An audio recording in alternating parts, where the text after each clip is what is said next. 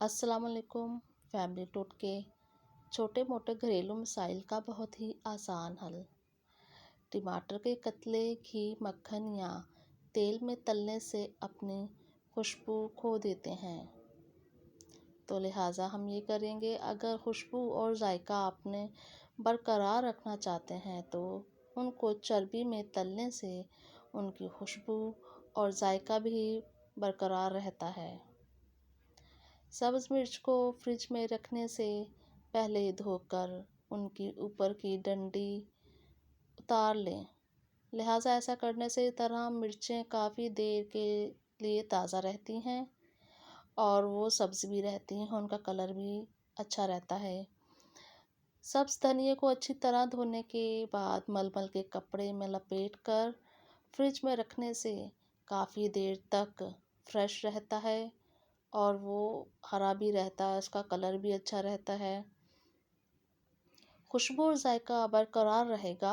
दही बड़ों को नरम बनाने के लिए पिसी हुई दाल में 2 चाय के चम्मच दही डाल दें। ऐसा करने से ये होगा कि इससे दाल के भुने हुए बड़े नहायत नरम और मज़ेदार बनेंगे।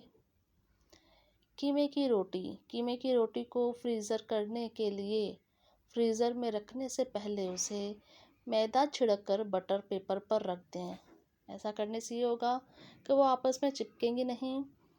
1 मिनट तक तवे पर उलट पुलट करके फ्रीज़र में कर दें तो 20 से 25 दिन तक ख़राब नहीं होंगी।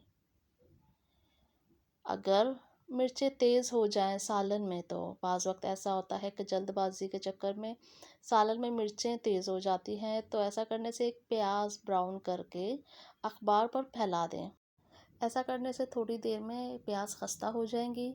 हाथ से कुचल कर उसे सालन में डाल दें और 1 नींबू का रस डाल दें, मिर्चें कम हो जाएंगी।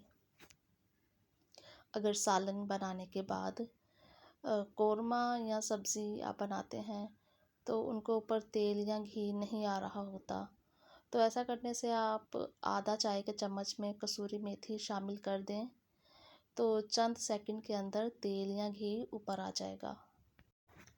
और बाज़ वक्त ऐसा होता है कि अगर घर में पनीर रखा हुआ है तो वो रखे रखे सख्त हो गई है, तो उसे एक मलमल के कपड़े को सिरके में भिगो दें और पनीर को उसमें लपेट कर रख देने से ये नरम हो जाएगी और वो आप बआसानी इस्तेमाल कर सकती हैं। गोभी और बंद गोभी के रंग को ख़राब होने से बचाने के लिए पकाते वक्त 1 चाय का चम्मच दूध डाल दें उसमें। ऐसा करने से उनका जो सब्ज़पन है वो पकते वक्त भी जो है ना वो ख़राब नहीं होगा।